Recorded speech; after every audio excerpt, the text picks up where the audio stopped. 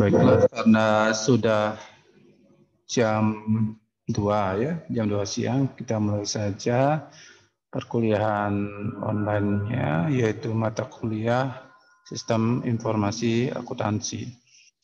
Untuk materinya sudah Bapak upload di Google Classroom-nya, mungkin sudah dibaca. Jadi hari ini kita akan membicarakan tentang sistem informasi tentang pajak ya, pajak penghasilan orang pribadi dengan status kawin ya.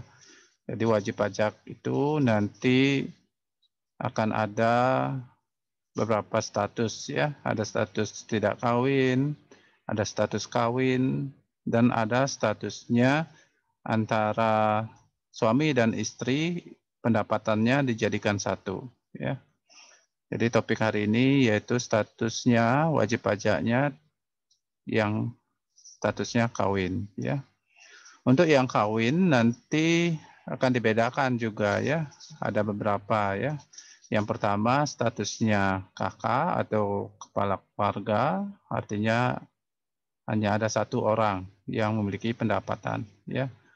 Yang kedua ada HB istilahnya ya, hidup berpisah, artinya antara suami dan istri ini sudah cerai ya. Sehingga penghitungan pajaknya dilakukan tersendiri. Yang ketiga itu ada PH ya, pisah harta ya. Jadi antara suami dan istri dia akan melaporkan pajaknya sendiri-sendiri ya. Baik penghitungan pendapatan dan juga hartanya ya. Nah itu ya. Bapak share dulu materinya.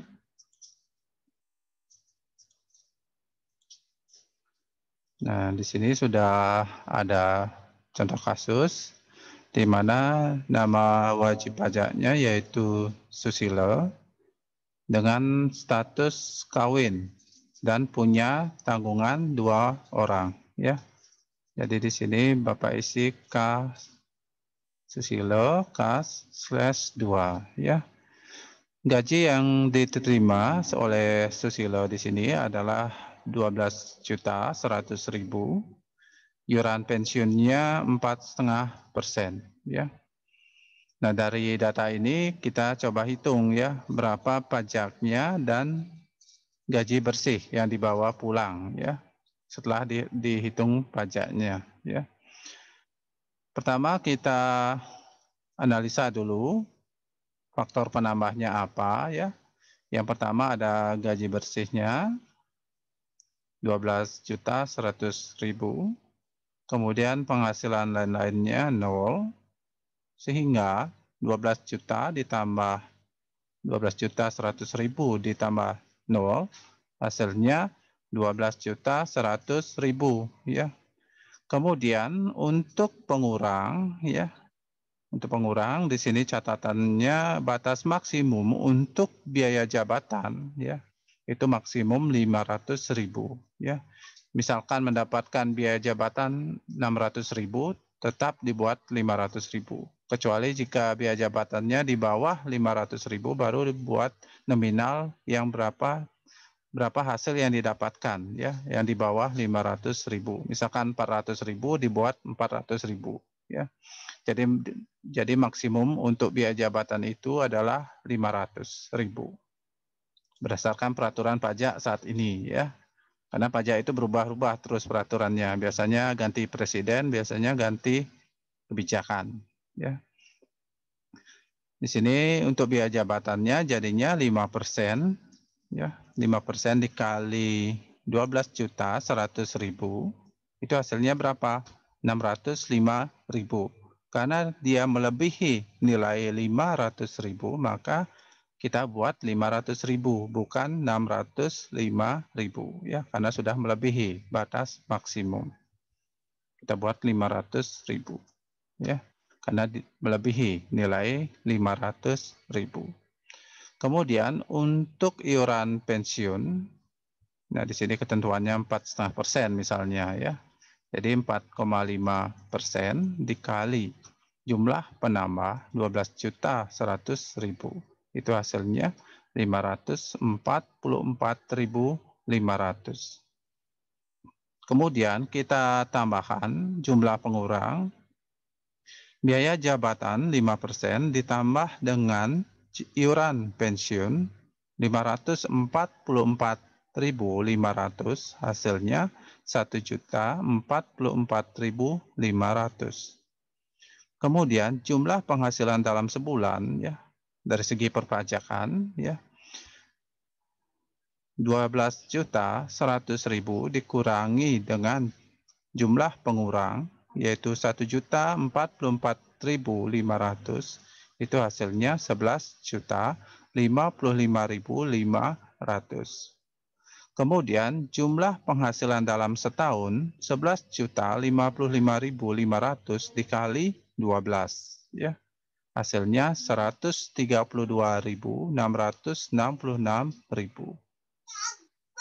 Kemudian kita hitung ya penghasilan tidak kena pajak. Jadi indikatornya yaitu ada wajib pajak. Jadi wajib pajaknya setiap bulan itu 4,5 juta ya, dikali 12 itu hasilnya 4,5 juta dikali 12. Hasilnya 54 juta ya. Jadi untuk 4,5-nya ini datang dari perpajakan ya. Jadi peraturan dari perpajakan. Tapi kita tidak tahu lah lagi 5 tahun ke depan, 10 tahun ke depan apa mungkin akan ada perubahan ya. Biasanya ganti presiden, ganti nilai biasanya ya. Nah, karena wajib pajaknya di sini kawin, maka ditambahkan 4,5 ya untuk status kawin berdasarkan peraturan pajak saat ini ya. 4,5 juta ya. Istri bekerja nolkan ya. Nanti minggu depan kita bahas. Istri bekerja ini artinya antara suami dan istri di sini melaporkan pajaknya jadi satu ya. Jadi entah antara suaminya atau istrinya ya. Di sini kita anggap bahwa istrinya di sini tidak bekerja ya atau statusnya ibu rumah tangga ya. Jadi 0 nilainya. Untuk tanggungan, jadi di dalam pajak untuk tanggungan itu adalah maksimumnya 3 orang. Misalnya punya anak 4, punya 5 gitu ya. Tetap dihitung maksimum 3 ya. Orang tua juga, adik juga ya. Bisa dijadikan tanggungan. Dengan catatan bahwa orang tua dan adik di sini belum bekerja ya, atau mungkin orang tua sudah pensiun tidak menghasilkan pendapatan ya, itu dimasukkan ke dalam tanggungan ya. Nah, tanggungan di sini berdasarkan kasusnya, misalnya ada 2 orang ya, mungkin anaknya 2 orang ya, sehingga 2 dikali 4,5 juta hasilnya 9 juta ya. Sehingga jumlah penghasilan tidak kena pajaknya tinggal ditambahkan ya. Jadi 54 juta ditambah 4,5 juta ditambah 0 ditambah 9 juta ya. Tinggal kita blok enter. 67.500.000. Kemudian untuk penghasilan kena pajak ini didapatkan dari jumlah penghasilan dalam setahun dikurangi dengan jumlah penghasilan tidak kena pajak. Jadi jumlah penghasilan dalam setahun 132.666.000 dikurangi dengan 67.500.000. Hasilnya 65.166.000 ya. Selanjutnya kita cari ya pajak penghasilan pasal 21 terutang dalam setahun ya. Karena ini 65 juta ya. Jadi untuk lapisan penghasilan kena pajak ya. Jadi lapis pertama di sini adalah 0 sampai 50 juta itu kena tarif 5% ya. 50 juta sampai 250 juta kena tarif 15%. 250 juta sampai 500 juta kena tarif 25%. Jika di atas 500 juta, itu kena tarif 30%. Karena di sini penghasilan kena pajaknya 65.166.000. Berarti dia berada di lapisan kena dua lapis ya. Lapis pertama yaitu 5% ya. Jadi 5% dikali 50 juta, sedangkan sisanya itu tinggal dikalikan 15% ya. Nah, coba kita cari ya. Nah, di sini lapis pertama yaitu 5% dikali 50 juta ya. Sehingga 5% dikali 50 juta hasilnya 2,5 juta ya. Sisanya, nah untuk mencari sisanya kita bisa buat ora-ora ya. Jadi di sini kita cari 65.166.000 dikurangi 50 juta. Hasilnya 15.166.000 ya. Jadi di sini kita cari 15% dikali dengan 15.166.000. Sehingga di sini kita tinggal kalikan 15% dikali 15.166, nolnya 3 kali. Hasilnya 2.274.900. Kemudian kita tambahkan ya.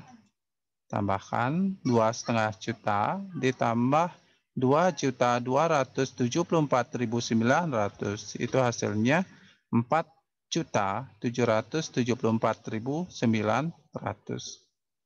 Kemudian kita cari pajak penghasilan pasal 21 terutang dalam sebulan, jadinya 4.774.900 dibagi 12, hasilnya 397.908 rupiah ya. Selanjutnya statusnya di sini pasti bayar pajak ya. Dan berapa gaji yang dibawa pulang ya. Jadi kita analisa, jika gajinya itu sebesar 12.100.000, kemudian iuran pensiunnya 544.500, kemudian pajak penghasilannya itu adalah sebesar 397.908, sehingga gaji yang dibawa pulang berapa? Tinggal kita kurangi ya. Jadi tinggal dikurangi 12.100.000 dikurangi iuran pensiun 544.500 dikurangi pajaknya 397.908. Hasilnya 11.157.592 ya. Dan pajaknya di sini diakumulasikan ya nanti oleh bendaharanya atau staf accountingnya ya.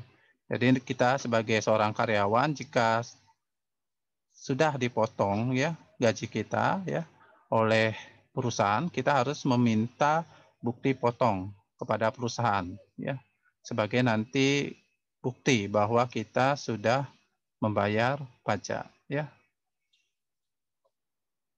Mungkin dari penjelasan ini ada yang ditanyakan lewat chat saja. Ada yang bertanya, yang hadir 9 orang ya. Yang hadir 9 orang. Yaitu Edel Trudis, Helena Dopo, Albertus Arif Rinardi, Angelina, Edwianus, Freddy Ananta, Gede Mahendra, Sunarbawa, Maria Matilde, dan Irmayanti. Mungkin dari 9 orang ini ada yang bertanya? Nggak ada ya, berarti udah ngerti ya. Baiklah, karena tidak ada pertanyaan, maka untuk perkuliahan hari ini Bapak akhiri ya. Demikian yang dapat Bapak sampaikan. Terima kasih atas perhatiannya dan selamat sore.